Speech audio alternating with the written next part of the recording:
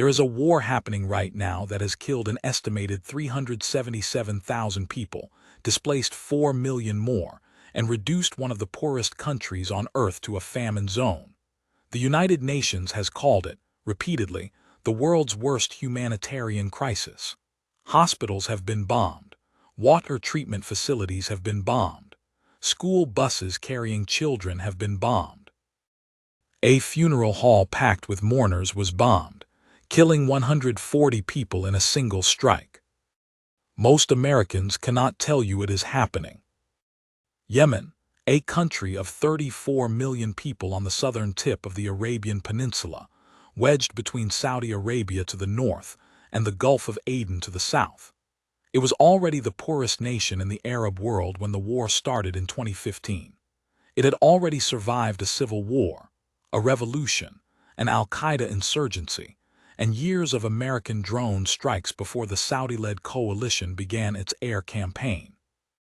The war has two main sides.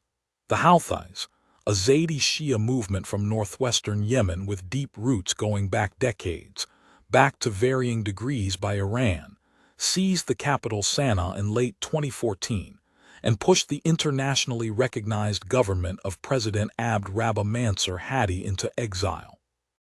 Saudi Arabia, alarmed at what it saw as an Iranian proxy on its southern border, assembled a coalition of Arab states and launched an air campaign in March 2015 to restore the Hadi government.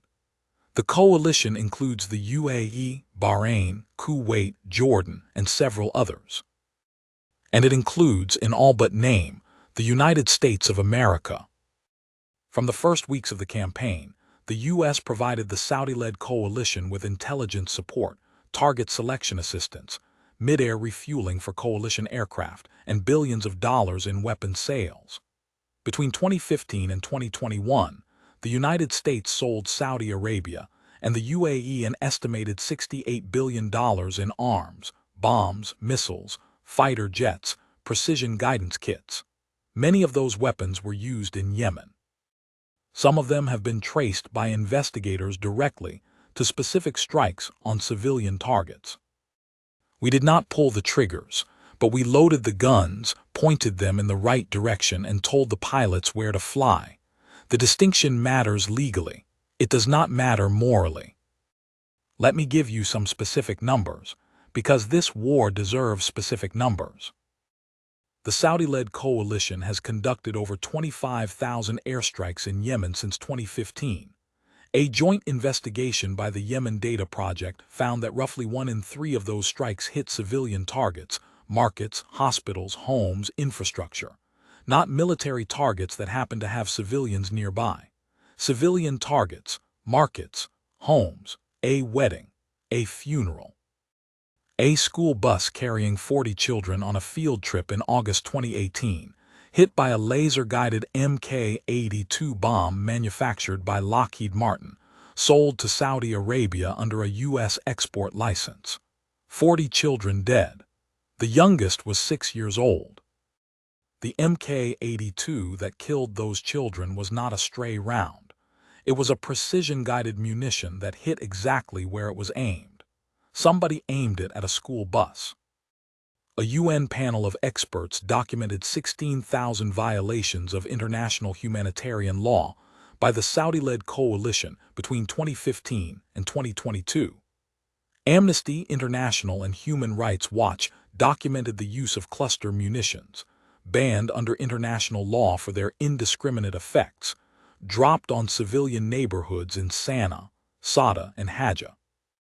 Some of those cluster munitions were American-made, sold before a moratorium on their transfer went into effect. The Saudi coalition denied using them. The submunitions had U.S. manufacturer markings on them. In 2016, the Obama administration suspended a shipment of precision-guided munitions to Saudi Arabia over civilian casualty concerns. The Trump administration resumed the sale within weeks of taking office. In 2019, the Trump administration invoked an emergency provision to bypass congressional review and push through $8 billion in additional arms sales to Saudi Arabia and the UAE. Congress passed a resolution blocking the sales. it was vetoed. In February 2021, President Biden announced the United States would end offensive support for the Saudi-led coalition and suspend certain arms sales. 6 months later, the State Department quietly approved the sale of $500 million in maintenance support for Saudi combat aircraft. In 2022, facing pressure over oil prices following the Russia-Ukraine war, the administration greenlit additional weapons transfers. The policy did not end. It was relabeled. Meanwhile, the blockade. The Saudi-led coalition has maintained a naval and air blockade on Yemen's ports for most of the war, restricting the flow of food, fuel, and medicine into a country that imports approximately 90% of its basic commodities. The United Nations World Food Program estimates that at the war's peak, 21 million Yemenis, roughly two-thirds of the population, were food insecure. Of those, 7 million were in famine or famine-like conditions. The cholera outbreak, triggered by the destruction of water and sanitation infrastructure, became the largest cholera outbreak in recorded history, over 2.5 million cases. Children under 5 accounted for a disproportionate share of the deaths. This is not collateral damage. Deliberately restricting food and medicine from a civilian population is a war crime under the Geneva Conventions. The United States has never said so publicly about its coalition partners. I want to address the strategic argument because there is one, and it deserves to be taken seriously before it is rejected. The argument goes like this. The Houthis are an Iranian proxy.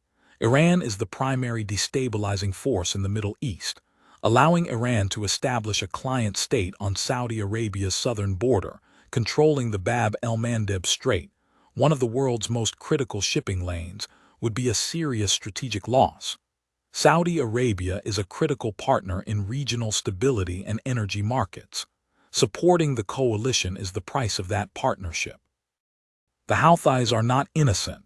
They have fired ballistic missiles at Saudi cities, used child soldiers, committed their own atrocities against civilians, and blockaded Taiz, Yemen's third-largest city, for years. Every word of that is true. The Houthis have committed serious violations. Iran's role is real. The strategic stakes in the Bab el-Mandeb are real. We are seeing them play out right now, as Houthi attacks on Red Sea shipping have disrupted global trade routes and drawn American and British military responses. But here is what the strategic argument does not address. 10 years of war have not restored the Hadi government. They have not defeated the Houthis. The Houthis controlled less territory in 2015 than they do today. The war has not achieved its stated military objective. What it has achieved is the near-complete destruction of Yemeni civil society, the deaths of hundreds of thousands of people, and the creation of a humanitarian catastrophe that will take generations to recover from, if recovery is even possible. And it has radicalized a generation of Yemenis who watched their country be bombed with American-made weapons, while American officials called Saudi Arabia a partner in stability. The Houthi slogan, "Death to America, death to Israel, curse the Jews, victory to Islam," predates this war. But the war gave it a recruiting base it never had before. I have spent my career making strategic arguments. I understand the calculus. But there is a point at which a strategy that has failed militarily, enabled mass atrocities, and strengthened the very movement it was designed to defeat has to be called what it is. Not hard-nosed realism, not allied burden-sharing, not a regrettable but necessary cost of regional stability. It is a policy that has been wrong from the beginning, that we have continued because admitting it is wrong would require confronting what we have helped do to 8 million children who are malnourished in a country that was already starving before we started selling bombs to the people dropping them. The school bus was hit on August 9, 2018. It was carrying children home from a summer school program at a local mosque. The driver's name was Ali Hussein. He survived. He has given interviews. He still drives in the same town. I don't know how.